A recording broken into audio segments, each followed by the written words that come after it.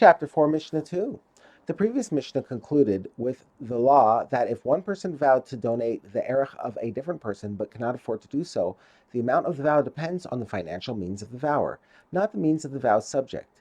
The Mishnah now contrasts this law with the law of a person who vows to sponsor a korban for another person. For most korbanos, every person, regardless of his wealth, brings the same type of animal. There are some korbanos, though, such as the korbanos brought by a mitzorah, for which a poor person brings a different type of animal than a rich person does. The Mishnah discusses what type of korban is brought when a rich person vows to sponsor the korban required by a particular mitzorah, who is poor, or vice versa. Although with regard to Arachin, the financial status of the vower determines the amount of the vow, with regard to korbanos, however, it is not so. For if someone says, I pledge to sponsor the kohen required by this mitzorah, I pledge to sponsor the korban required by this mitzorah. If the mitzorah was poor, the vower brings the korban required of a poor man. If the mitzorah was rich, the vower brings the korban required of a rich man. Thus, with regard to korbanos, it is not the financial status of the vower that matters, but the financial status of the person obligated in the korban. Rebbe argues that there is really no difference between Arachin and korbanos. Rebbe says, I say that in the case of Arachin too it is so. That is, there is essentially no difference between Arachin and korbanos in this matter. The law for Arachin seems different from the law for korbanos only because their circumstances are different. For why is it that a poor man who vowed the erech of a rich man gives only the erech of a poor man? Because the rich man is not obligated to make any payment to the Beis Hamikdash. The poor man simply took on an obligation of his own.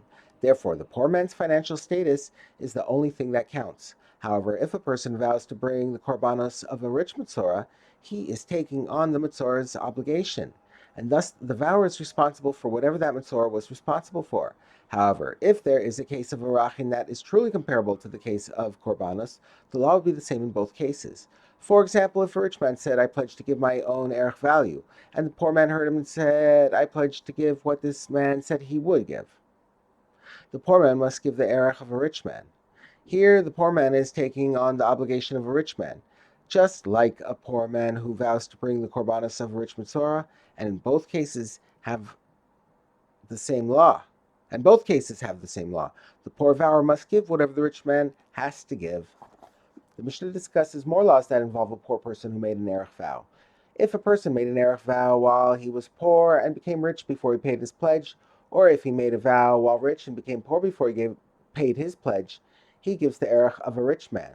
A person does not get a poor man's discount unless he is poor at the time he makes the vow and at the time he pays it. Another opinion. Rabbi Yehuda says even if a person made a vow while poor, and he then became rich, and then became poor again before he paid his pledge, he gives the erech of a rich man.